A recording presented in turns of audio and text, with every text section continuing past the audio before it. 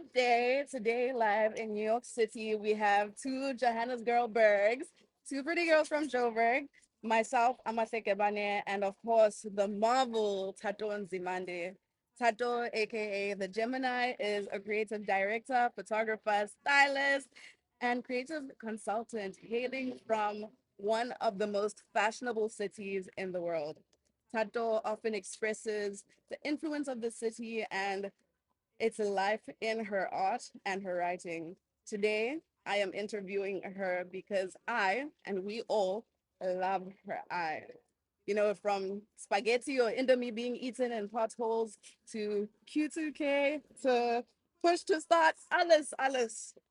I just wanted to interview her for this. So, hi, Tado. Hi, Thank hi. you, Baya, for coming. Thank you so Thank you much for having me. for being here. Can you put the mic closer to your face? Yeah. Yes.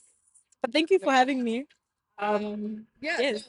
I wanted to I wanted to start by saying, labels and titles can't encapsulate artistry and its fluidity. So I wanted to ask if you could introduce yourself as you are today and as you would like to be remembered at the end of your physical life. Oh my God. Oh my God. Wait, it got caught in my hair. I actually don't. I feel like already I struggle with that. Just kind of like um introducing myself or Mm-hmm.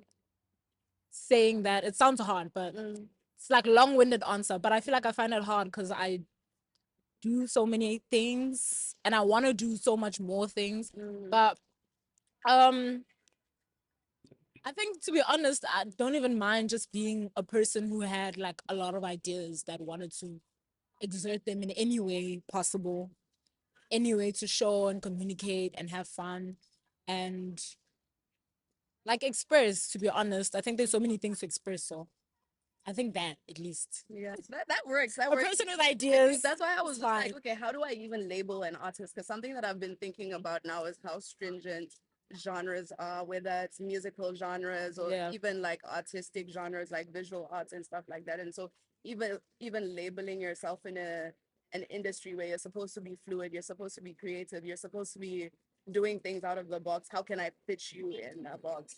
Are you Like, obsessed with labels in that respect, or and now you just go with the flow? Yeah, like today kids are so or mobile nah, dentist or literally, it's the flow, literally. So it's like, I feel like I just rather go with the flow because I think all of the labels are like, just the whole thing is contradicting in itself. Some people flow, some don't. It's like,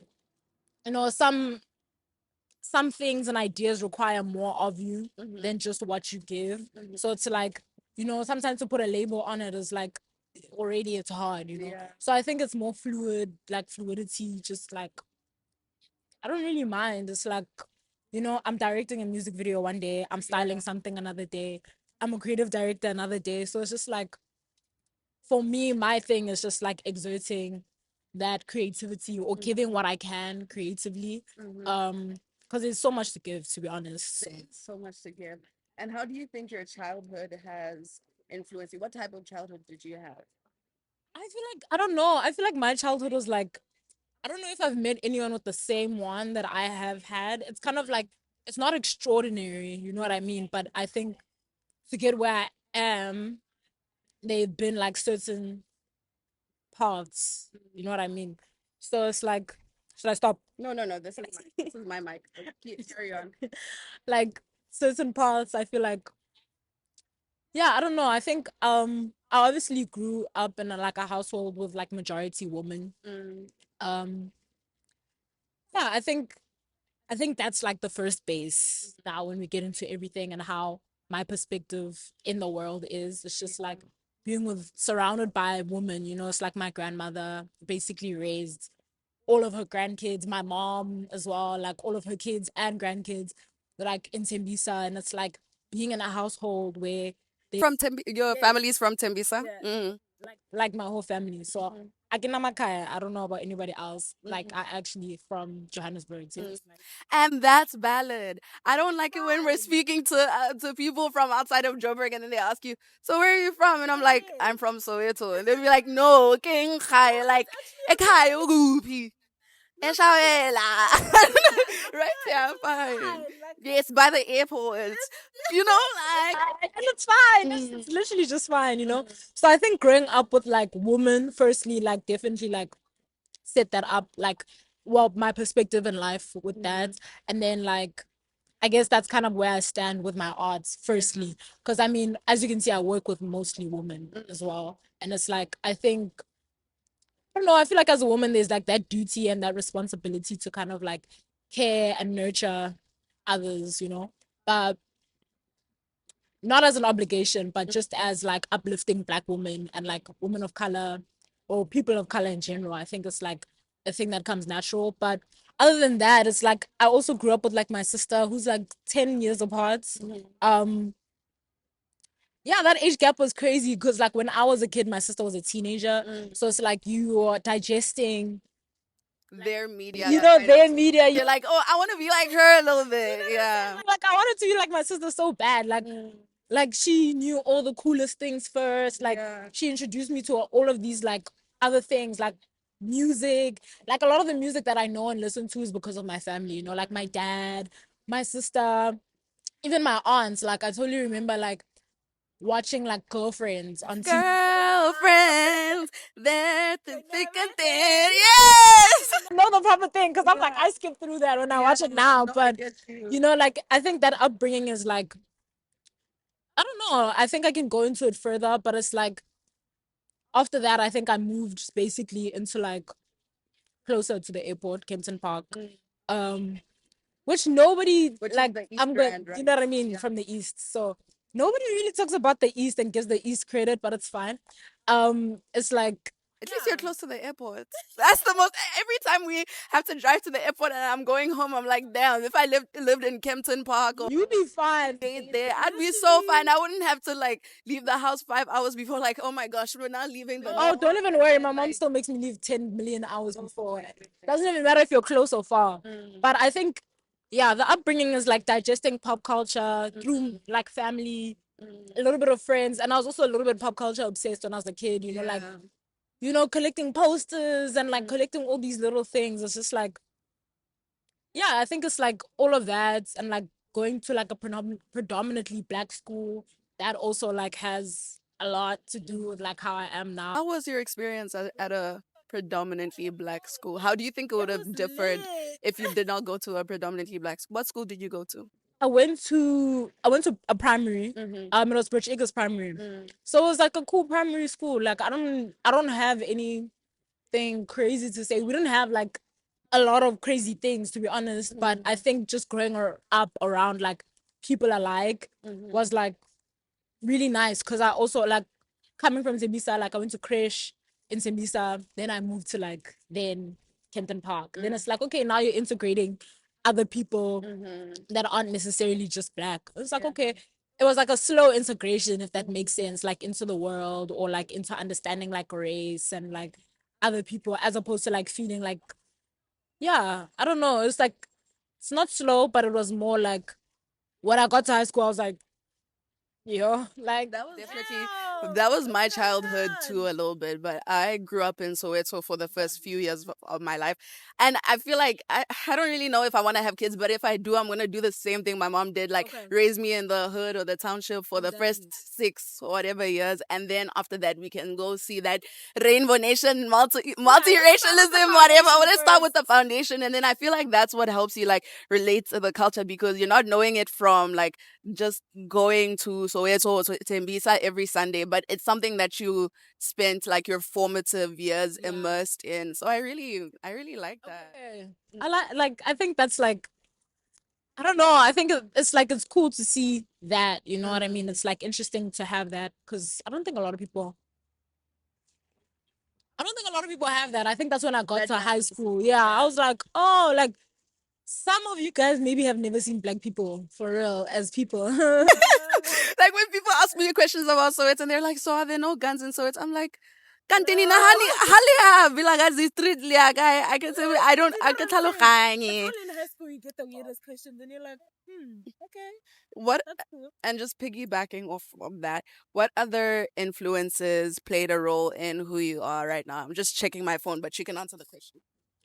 Mm, to be honest, I'm like, I don't know, like besides family, basically. Um, to be honest, like everybody in media, to be honest, it's like so much, you know. And if you're a person like me when I was a kid, How were guys, you when you were a I kid? used to love TV. Yo, me waking up Trace Urban, going to sleep Channel O.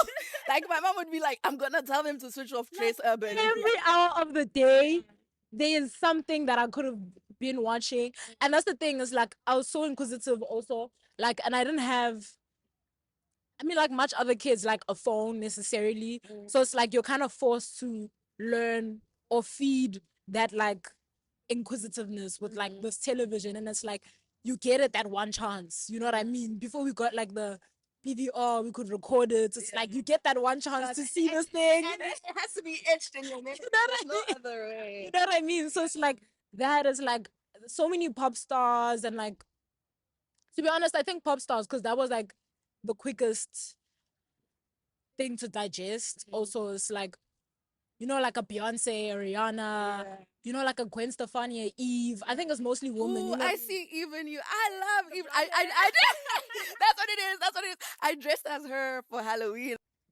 I don't know. Like, I feel like I really immersed myself in that world, like so much that I was so interested in like the intricacies of making it happen. You know what I mean?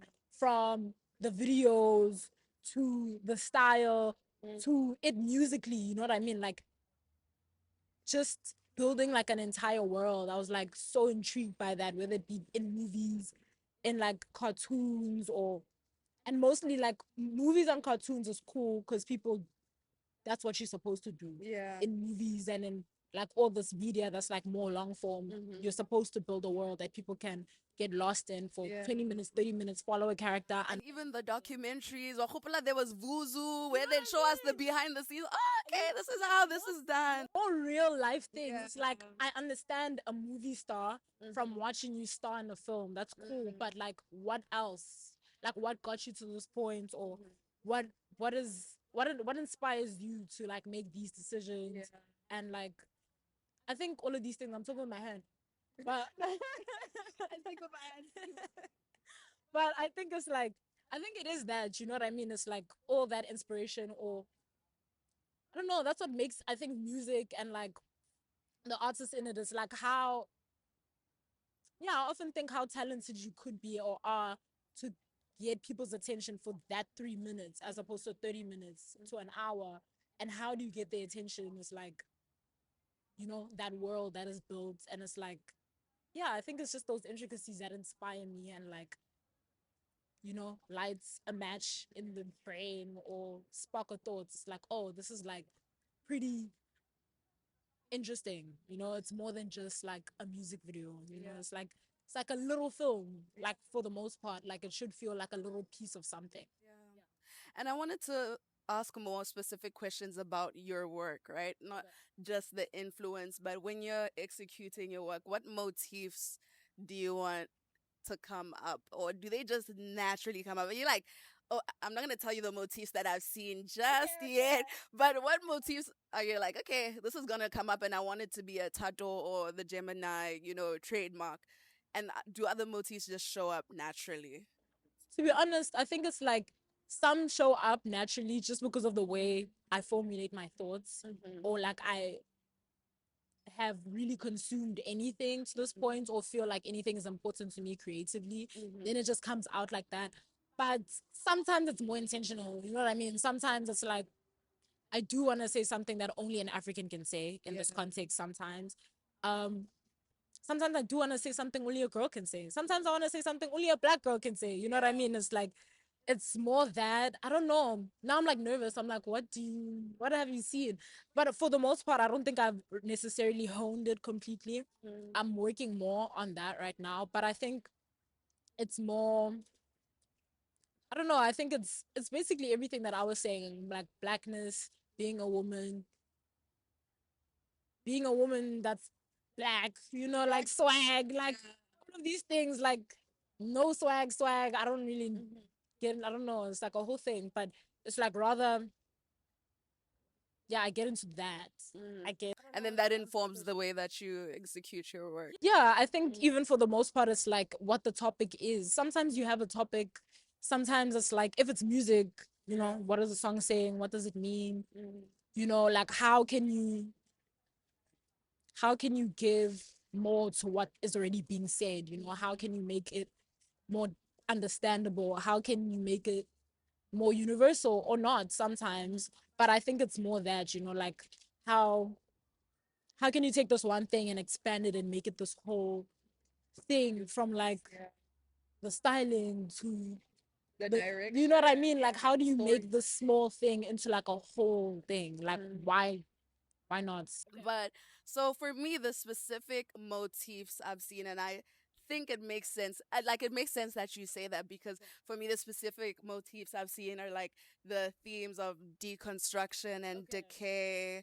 Like I'm an English student, so I wanna, yes, I wanna, like themes of like deconstruction and decay, but then that's also like countered by a lot of construction and like okay, I'll give you very specific examples from your work, right? So for example, the deconstruction and decay is through maybe the work that you've done with a lot of artists. Like there was one that you did with it was featured in the Dazed article where you were speaking about and I'll get into the article later, but you were speaking about, right, upcycling, Donosa, just small streets, not all these places, and these places where obviously they're built to just be trash lands for American, not just American, but Western consumerism. And so we've just been able to deconstruct and then upcycle and construct a lot of these spaces, right? And even in the way that certain clothing is designed, I think even like Tyler's signature style or the creative direction around her work. But then the one I brought this up before we started taking videos, the one I like, Corre, when I saw it first, I was like, what? And then my friend was like, oh my God, this is kind of like serving cunt. And I was like, you know what? There's a thin line between king and serving cunt. And it was the indomie or the noodles in the pothole. And I literally think about that irony or that polarity a lot because like of course pothole sign of decay and destruction within the society. Sorry. And then indomie and all of these things in my head, and I know that like art is open to interpretation. So I don't know how you interpreted it when you were directing this. Because for me, it's like when you think of food, like food is something that's meant to nourish you. And then these potholes here, a sign of something very different to nourishing. But that's just me. But then even in other things, like the way you use your lighting, like there's a lot of contrast. Let me rather say that to be more concise. A lot of contrast in your work, whether it's light and dark, blue and red. There's a lot of blue in your work. I've seen that. That's very counter to what Beyonce said about black girls in blue light. Black girls in blue light. Like, so it is very otherworldly.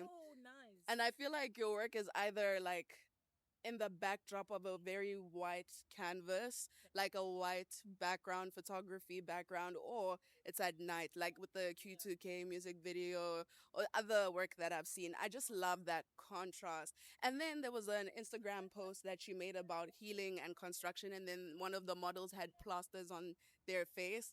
Like fashion is like something like a hospital healing your sickness.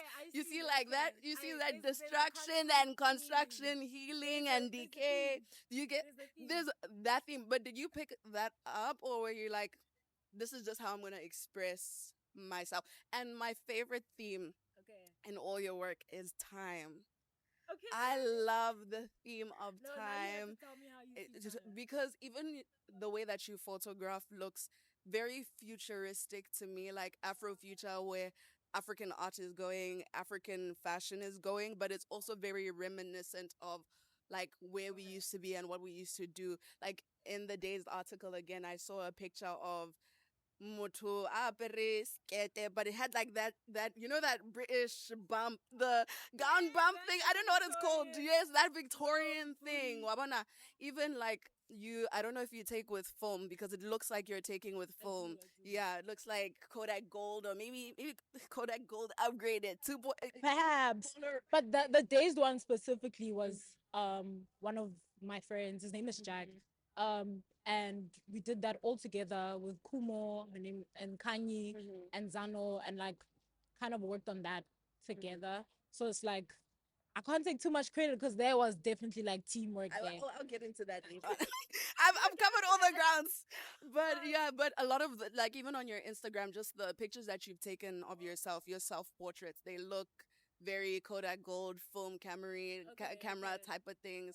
So there's a lot of time, and I just love how much time you've like taken because it takes a lot of time to deconstruct an outfit and then to reconstruct it and upcycle it into something else or into something new. And like because I'm very in love with time, which is why the theme of my like honors thesis is boredom, because it, like what do people do with their time and how do they construct and decay their lives by choosing what to spend time on. If that makes sense. But anyway, sorry, now that was just me fangirling on your work. But like I love the contrast of everything and how it just works together. It reminded me a lot of like a fashion representation of Insecure. And that like Insecure, there was a lot of contrast, like blue and red and lightness and voyeurism. And sorry, I didn't name the last theme. I'm so sorry. I'm the one rambling, and it's your interview. No. I like It's the eye. Okay. When I go on your website, the first thing I have to press is what is your eye. You have a very keen eye, and I think that being your home page or if you want to enter my world page, you have to press on my eye. Anyway, so but those are the themes I picked up on. Yeah, because wrong. But yeah, but how do you think that that was all intentional? Is just you working with your eye to execute these ideas? I know that's a redundant question, but yeah.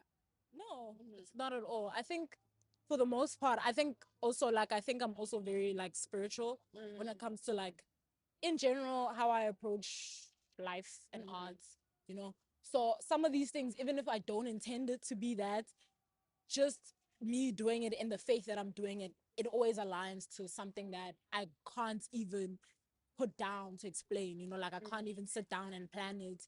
I can't even, you know, like I don't know, articulate that like on a piece of paper as yet, you know. I think a lot of the things, and I'm learning through that as well. Like I think that's like the art and being an artist also is like being able to put your ideas down. I don't have that too much, like, but I'm trying. But I think even that contrast of having those ideas and then acting naturally upon it, and then obviously in good faith and practice and like all of these things, they come out as what you wanted to come out as.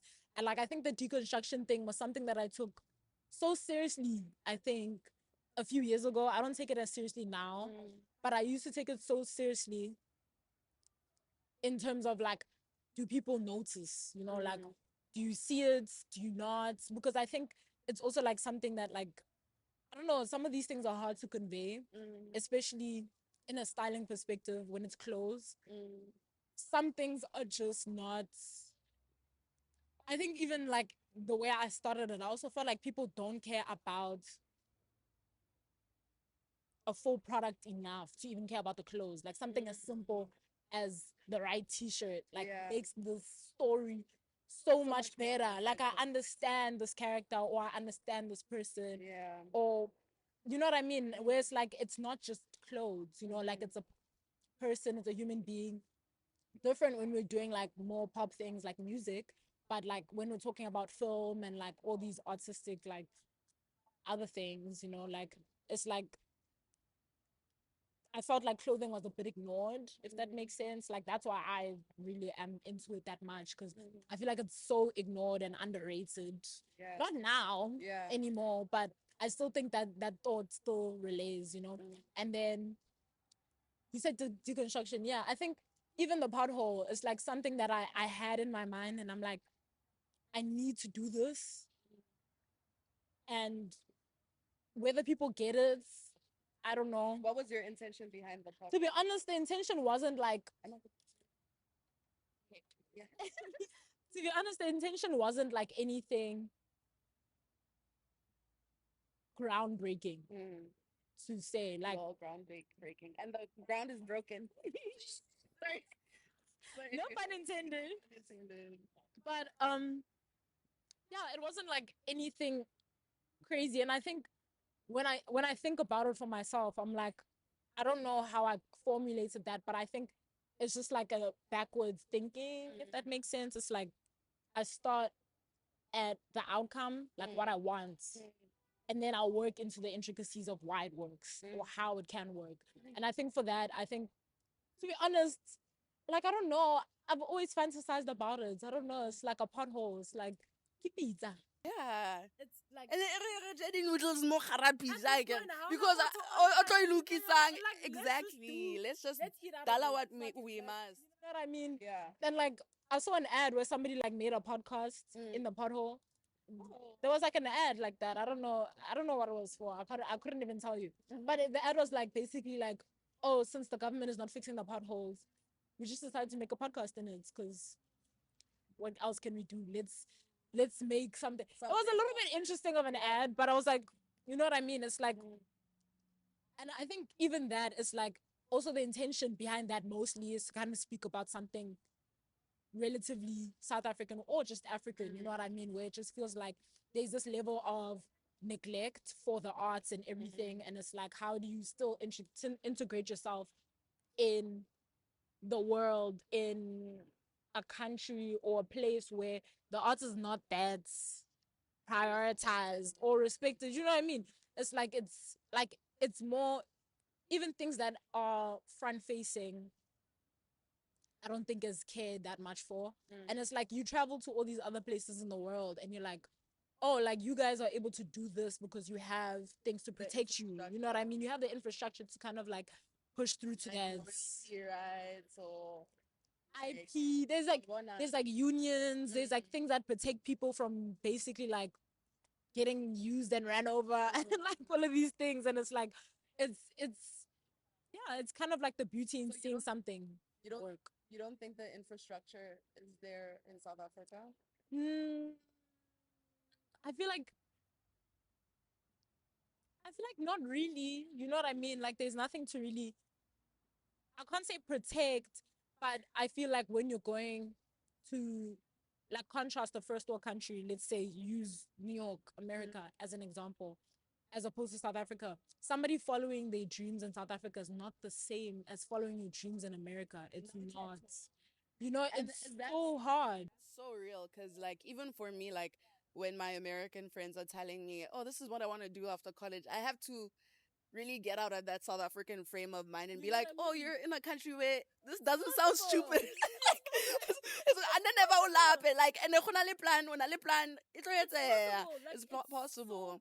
Like it's not like when you just have to deal with like being. I was speaking to another singer about this in South Africa, but like you know how in South Africa you have to be in a single lane to be able to be accepted. Either be a very popular piano artist. No shade to piano, we love piano. I love piano here, but it's just very like, oh, you have to do art in this very specific way and you can't be as unorthodox. You can't dress like a metrosexual or a fashion nigga or whatever without being ostracized or looked at, because I think the country is so opposed to the, I don't know how to say it, but to the unorthodox, which is so weird because South Africans are just so unorthodox in themselves. Like, and that's the thing. It's like it's weird because I'm like, you know, I don't know. I think it's just that. I don't think there are those systems. It is like you have to undo all of this work in your mind to not feel like all of certain things are stupid. You know what I mean? Like there's certain, You have to do the work yourself too. yeah, like in your mind as well, to like, you know, just hearing people like I think even conversating with people and it's just like, okay, you, like you're saying, you have this plan after college or you have this plan after this or you have this lined up for yourself, and it's like you can't do that. I hope that doesn't sound crazy. Oh my god. You can't do that because it's like you're in a place that allows that has so many different lanes that allows that. It's not just the people, you know what I mean? It's just like you can rely on your government sometimes. sometimes You can rely on, for example, there's Broadway here. If you want to be in a musical, you know where to you go. go to Broadway. If you Literally want know to where be to a go. musical star, go to LA. You Go literally to know where to Atlanta. go. Like what's it? Lane You know what I mean? And then for us, it's like it's just Joburg fan. yeah, like it's like okay, Yeah. what next? What do we do? What can we do? What should we do?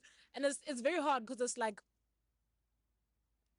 even that. I mean, we can get into all of that. Like I don't know, like you know, like the correct terminology for it, but I think it's just that there's nowhere to go, you know, and especially if you're other, there's nowhere to go for real. You know what I mean? And it's like, um, yeah, I think I still feel like that as well, still, because it's like it's I don't know. It's literally that if you don't follow something traditional or you don't conform to something traditional, and I don't know, maybe it's like a recession vibe where everyone's so conservative and not allowing of like all these kooky things to happen. But like you know, recession, it's all the kookiest things happen then. You know, it's like I don't know. It's like I don't even know what to say. Like my mind is stuck because I'm trying to say something else that is.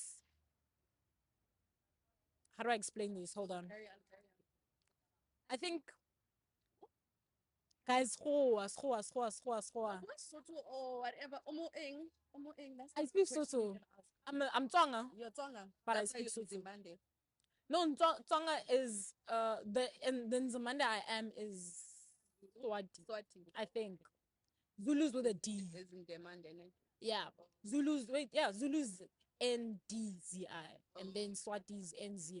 Okay. Oh, yeah, yeah. The politics around that, I don't Yeah, we'll get into it another day. Uni either way. I don't know. We'll figure it out another day.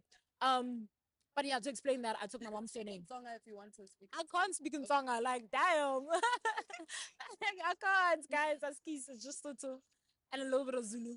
But I'm not a Kimutsulu. I'm not a Zulu. Yeah, yeah. No,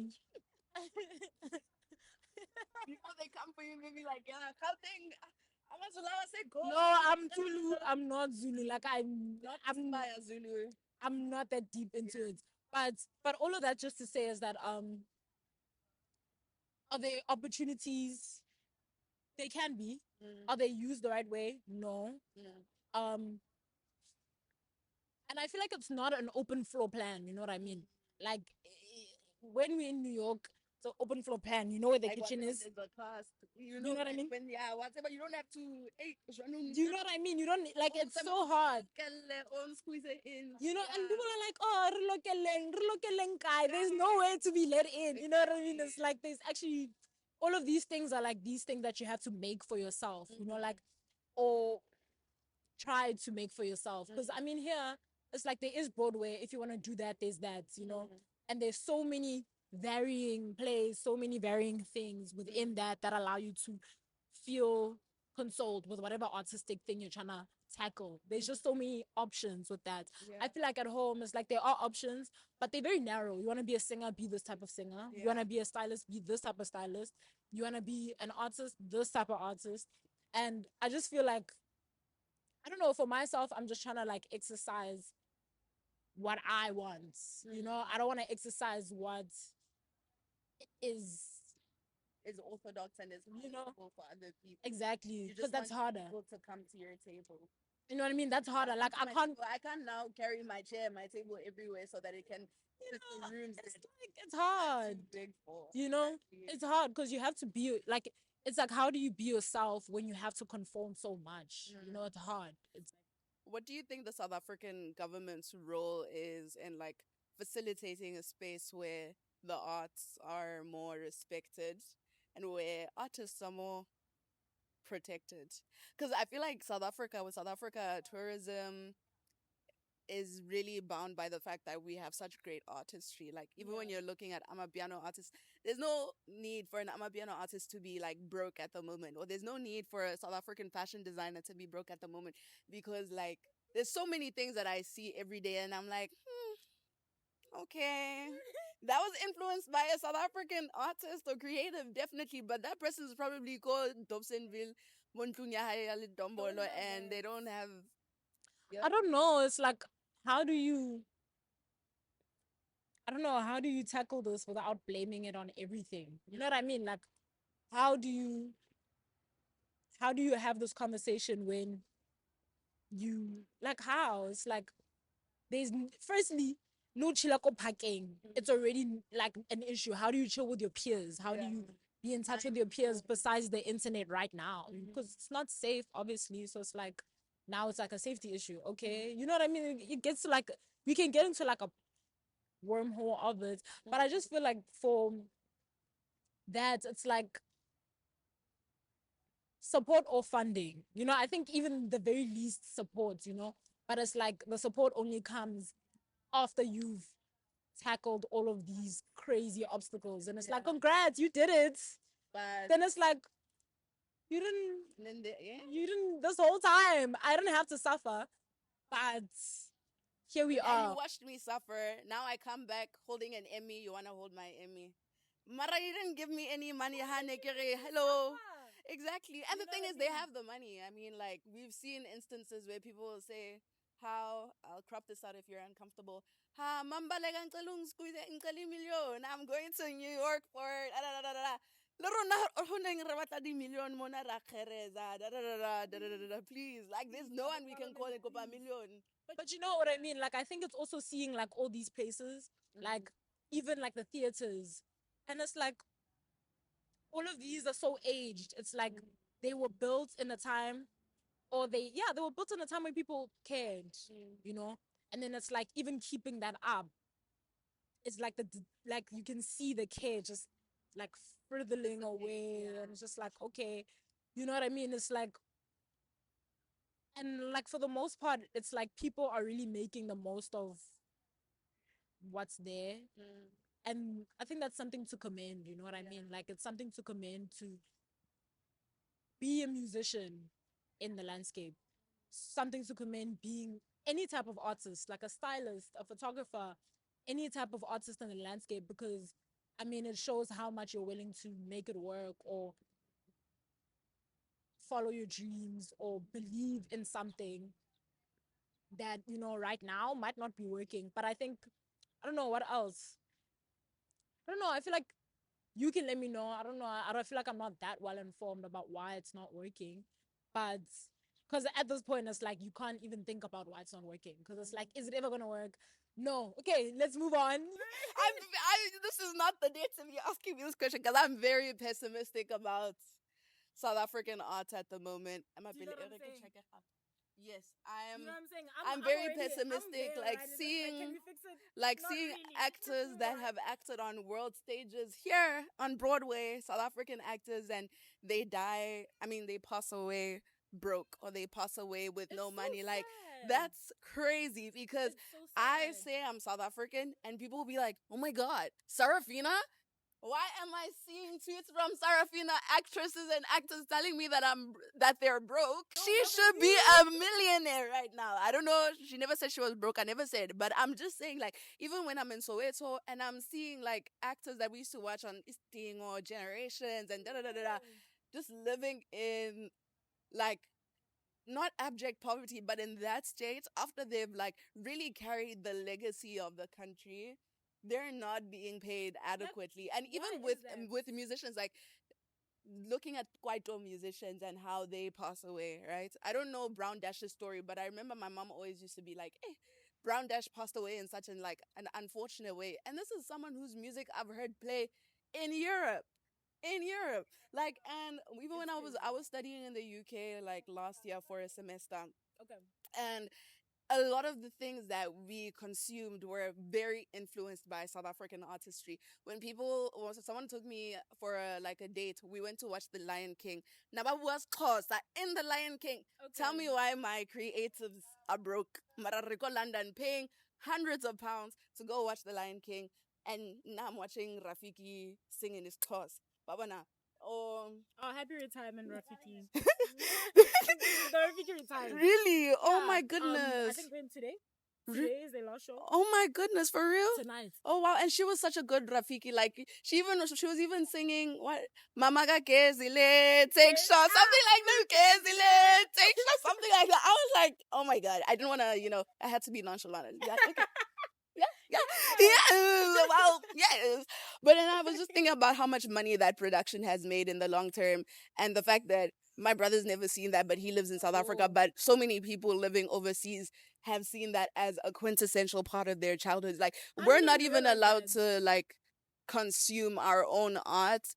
And the only time I feel South Africans are able to reap the benefits of their own art is if like they're the ones exporting it themselves, if that makes sense. No, like if, for example, I'll make an example with the Scorpion Kings or with people like Uncle Waffles and them coming overseas. I feel like them finding the systems overseas has helped them build the infrastructure that will set them up for good in the long term. Like that's why I don't have a worry for maybe Uncle Waffles or all these artists that we come and watch to like perform in New York or in Miami. I don't have a worry that they're gonna be taken advantage of because now they have that protection of being overseas.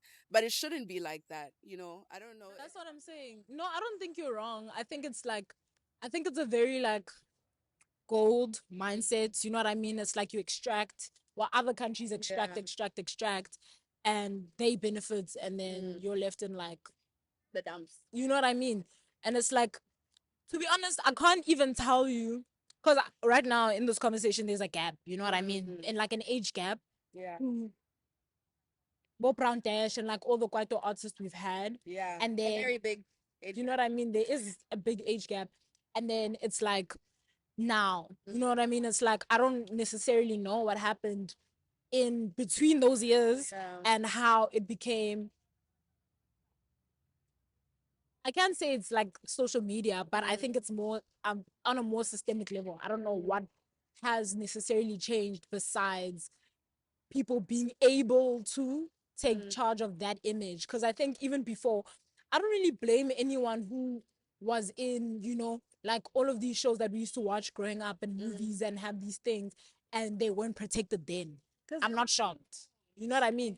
I'm not shocked that they weren't protected, and it's just like, because obviously they weren't informed, and they also came out of a very vulnerable time in South Africa. Like, oh my gosh, apartheid just happened, and then now you're told that. I get to him, So now you're thinking, you know what, everything is fine, everything is good and dandy now. Like, I don't, like, everyone's just gonna have good intentions for me as a black South African. And then the sad thing was a lot of these labels had black South African faces or like black faces in general. And then I get it right now, like, even at the time, who like funda isingisi se like the legalese nna no never ke kgone ho funda legalese.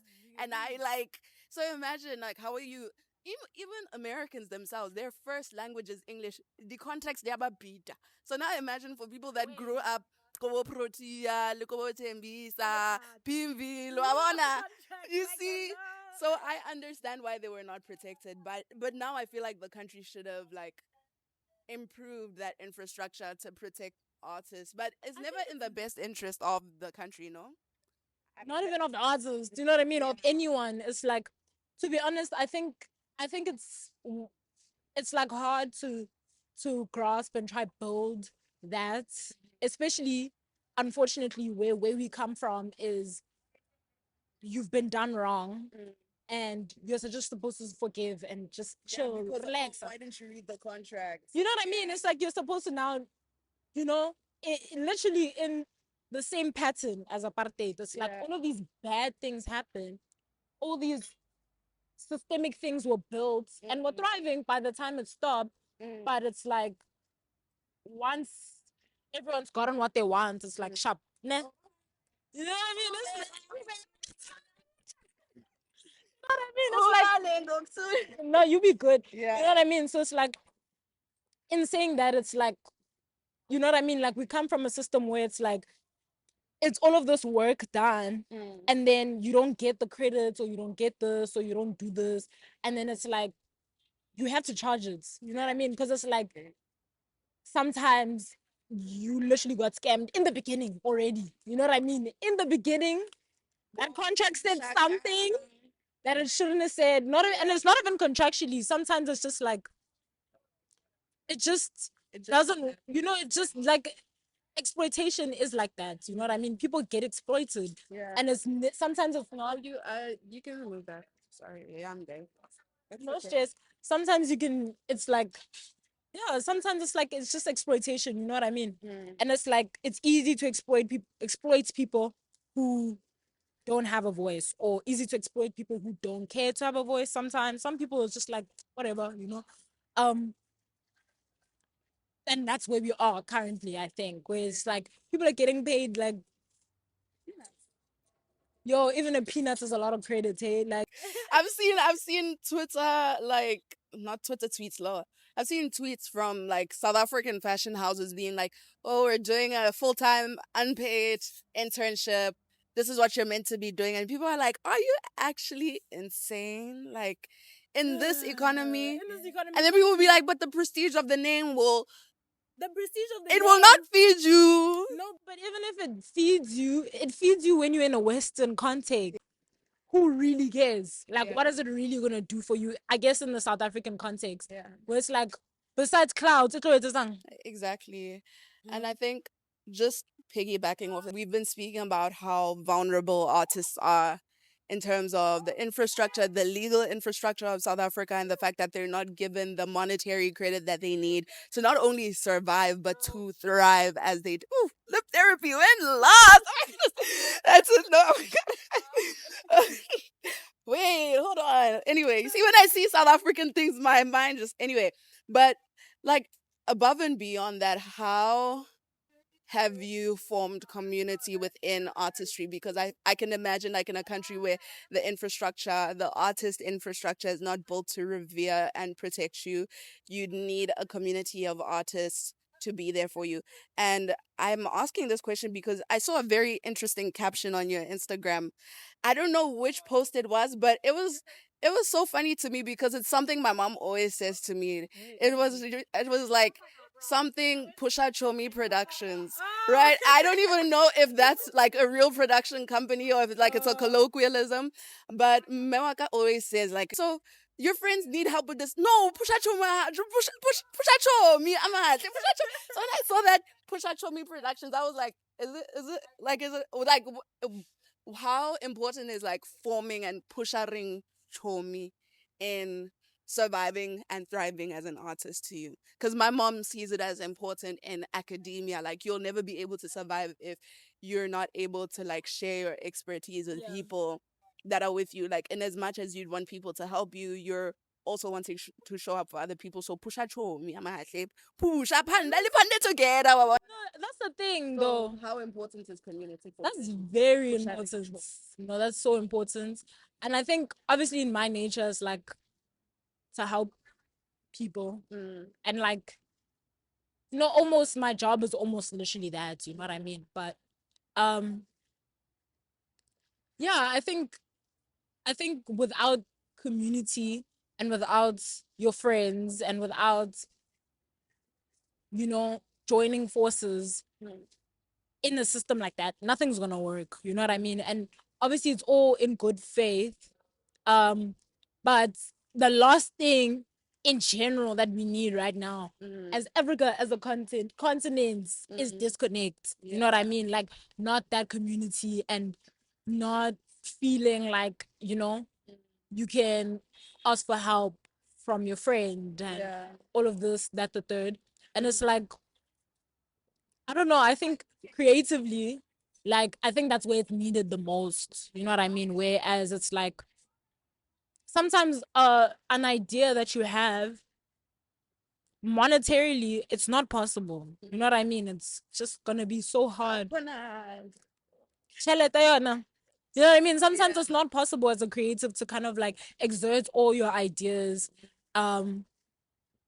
almost at all without money, and I think the strength in like where people built a lot of strong things has been in community. You know what I mean? Like people build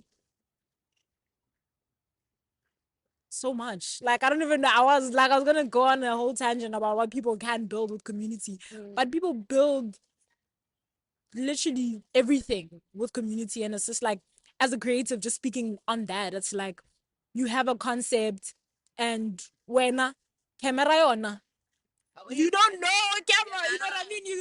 You don't know a camera from like. Yeah. You know what I mean? That's like at the beginning I was like, oh, my friend who's a photographer was supposed to be here because You don't know. know. No, you know what I mean? It's like you don't know a camera from, and like getting into that is like a whole nother like, yo, am I gonna have to? You're gonna have to style. You're gonna have to be in front of the camera, behind the camera. You're gonna have to edit. Then you're gonna, you know what I mean? It gets a lot. So it's like sometimes you have that community to kind of like, you know, help join forces, you know, and give an idea that's aiding you in some way. You know what I mean? Aiding each other. And it's not aiding each other as superficial as, you know, you scratch my back, I scratch yours, and we get money. Yay! You know what I mean? Sometimes it's more like having friends alike also, where it's like you guys have the same ideals and it's like, okay, how do we say this together? Yeah. You know, you're a photographer, I'm a stylist, you're you know, you edit, and then I create the content. And the editor you know what I mean? And sometimes it's like taking that chance. Sometimes it's, you know, like I think, yeah, and I'm not saying that in a way of like exploiting people either. Like that's a whole different thing. Like when your friends are helping you with something, it's not now tonto by exploit it and expect this from them. And then when money comes, it's like black quiet. bags and Pusha chose. Do you know what I mean? It's like now when there's money, it's like okay, cool. But it's like, so in that faith, it's like, okay, this person is this person, you know, you're a photographer, I'm this. And then we work together. And then in that, the only thing or the most valuable thing is learning also. It's like you're learning as a stylist, because to be honest, also as an artist or anything, practice is the death of you, you know, like, well, not practicing is the death of you. It's like if you don't practice to do something or hone something, it goes away. We all know this, obviously. It's like if you don't do something enough, so just give it back. Just give it back. Like, just literally give it to someone who's more. Who's gonna use it? Do you know what I mean? Yeah. And it's literally as simple as that. It's like you need to exercise all of these things to kind of formulate your ideas firstly. You know, be able to communicate your ideas firstly. Before now, like you get paid, or you can even think of like, you know, having that monetary benefit sometimes. It's like you literally have to push yourself to learn some things, especially for us. It's like these things don't come as easy as you just follow somebody around for like a week and all of a sudden this person's your mentor and you know everything. You know what I mean? It's not that easy. And the community is in that practice. You know what I mean? It's like you're learning. Because if anything, your friend wants to be a photographer too. Like, come on, like we'll take this picture. You will learn how to edit or frame these things the way you want.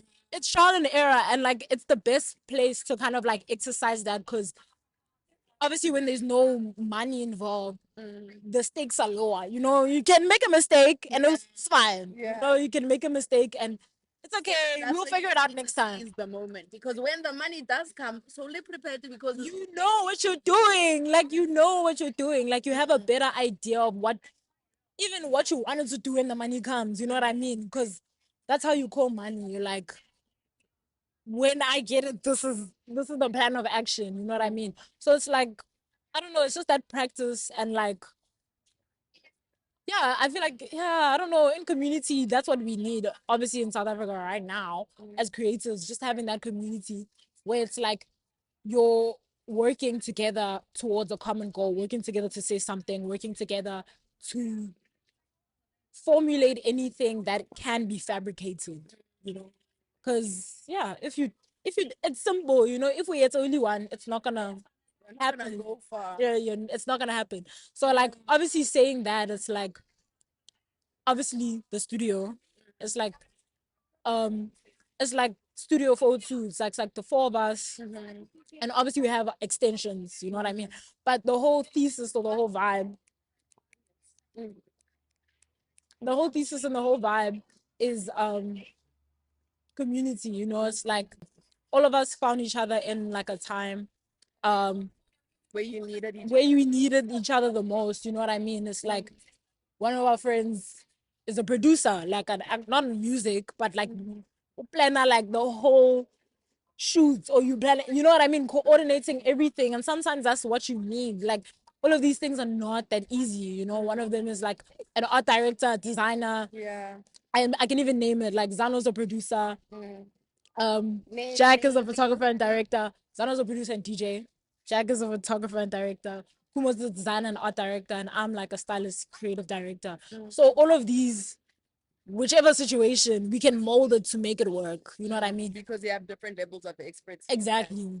Complement each other. Exactly. And I think the community is basically complementing each other. Yeah. You know what I mean? It's not as selfish as you doing this for me, I'm doing this for you all the time. You know, and I think that's why people fall out. But it's like, I don't know how to properly explain it, but it's like you work in tandem to, yeah, a common goal. I don't know. I'm really struggling with English right now. And in general, Now when it's hard, that's why. I'm struggling with it right now, but I think I'm trying to make sense of the community in it. Yeah. It's like there's a thin line between community exploiting, there's a thin line between something monetary. Also, it's like also building people or a team or people that you can trust and work with and whatever, as opposed to like now you're working with somebody for the first time. And out the next thing, it's like something monetary and about disappointed, you know? And it's like, damn, you know? And it's like, damn, you know? But it's like, yeah, I think community is like also helping each other never to fall short. You know, like it's like you're learning, I'm learning. And I don't know, like a skills exchange, if that makes sense. I don't know. I think I really love that as the way to end this interview. Okay, cute. And wait, my last question scared. actually is, what question do you wish I had asked you? Oh my God, what? Or what question do you like to answer? Yo, now the parts of my brain are really working right now. I don't know. I really don't know, hey? Like what question I wish someone asked me. I don't do enough of these to even know. You know what I mean? Like I don't do enough of these to know what question should have been asked. But I feel like all the questions were really informative and like not question, but follow up a common theme, different topic, more insightful.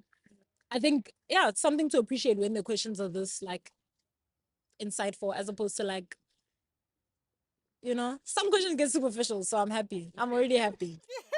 I was really concerned about that. Like, I'm always concerned about that when I'm asking people questions, because I don't want, I love time. Like, let me quickly tell you about my obsession with time. Okay. Like, because you spoke about, hold on, let me just check. Okay. Oh my gosh, my phone hasn't disappointed me today. Thank you.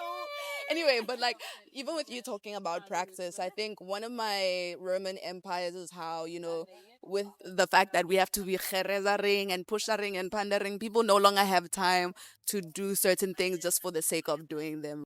And I think maybe that's the reason why artistry is falling off right now, because people no longer treasure time. They no longer treasure the art of practice, because practicing takes time. People want to expedite the process of being a star, being perfect. Like, okay, today, and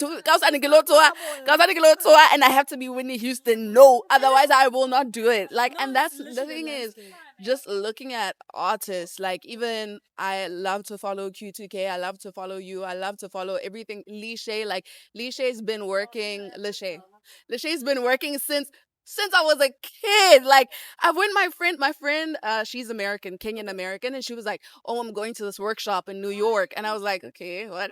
And then she sends me videos, and it's Lachey. I was like, "What? Oh my god, this is the guy from when I was like 5 years old." And like watching his dance competitions when I was 5 with like the Vogue crew. I don't remember their name, but I remember my mom saying "Hore ke Vogue." I went with the Vogue crew. You see, like Vogue, like with the Vogue crew, and then seeing like he even worked on Particular, one of my favorite African songs with Nasty C. Going from like watching this guy when I was a child to my friend being like, "Oh my god, I'm like a dance instructor. I'm a piano thingy like da, da, da." And I'm like, "What? That's so crazy. This was time, and it like time invested." And he was just nominated for a VMA, I think. And so just like following the way that people have taken time in their careers, even when I was stalking your Instagram last night, I was like, this took time. And you're a visionary because I saw in a picture, 2021 picture, you're wearing a corset over a shirt.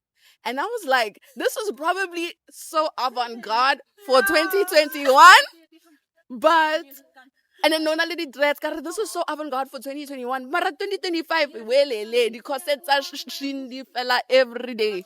Because what ba re apara mo dima dikipa tsa bona.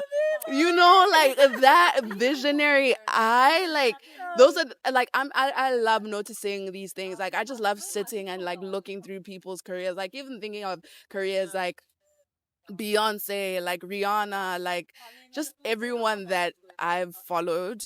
It's just so beautiful to see how people have taken time to be the stars that they are now, and like the essence of artistry is being ruined by the fact that people don't have time anymore. I think, yeah, but ish, unfortunately, kitty TikTok, kitty what, you know, attention span is like Doing for the attention span. attention span is short, like, and it's no secret, obviously. Like attention span is short, and it's like, I guess for like somebody who works like behind the scenes, it's harder because it's like now you have to, you know what I mean? Like you have to, because also like Value sort of, no? yeah, do you know what I mean? Like you have to now conform to this app. You know what I mean? Whereas I think in time, like nobody has ever had to conform to something that like constricted. You know what I mean? Like it was always like go to this place and reach for the stars. You know what I mean? It's like go to Broadway and do the best you can, and that's enough. But like in the age of the internet, it's like looking for virality, looking Because for random people look at how many followers you have. you know what I mean? It's like you're looking for all of these like these numbers and these things that don't mean anything at the end of the day. Like they literally don't mean anything, you know, and it's like there's less impact because of the speed and the amounts of things coming into it. Oh, my mic. Speed and the amount of things. It's like people care less, you know, about things that I wish we could care more about, you know, because of the speed that is needed for it. As an artist, do you ever feel compelled to change who you are to be palatable to that, or is that impossible for you? Because I feel like artistry is kind of a spiritual calling, so you can't change it. I don't know if you disagree with me, but It is, because if it wasn't a spiritual calling, I would have done something else, because this shit is hard. Like, what the fuck? no, okay, let me just No, it literally is a spiritual calling, because if I didn't have to do it, whew, I wouldn't, honestly. Like, it's hard. It's not that easy. Like, it would be easier. It's easier as something else that has a path, you know? Like, as a lawyer, it's like you go to school, you go to law school, you figure out what kind of lawyer you want, and then you go case by case. You know, you go case by case, and as an accountant, it's numbers. As soon as that number is solved, finished, sharp. Yeah.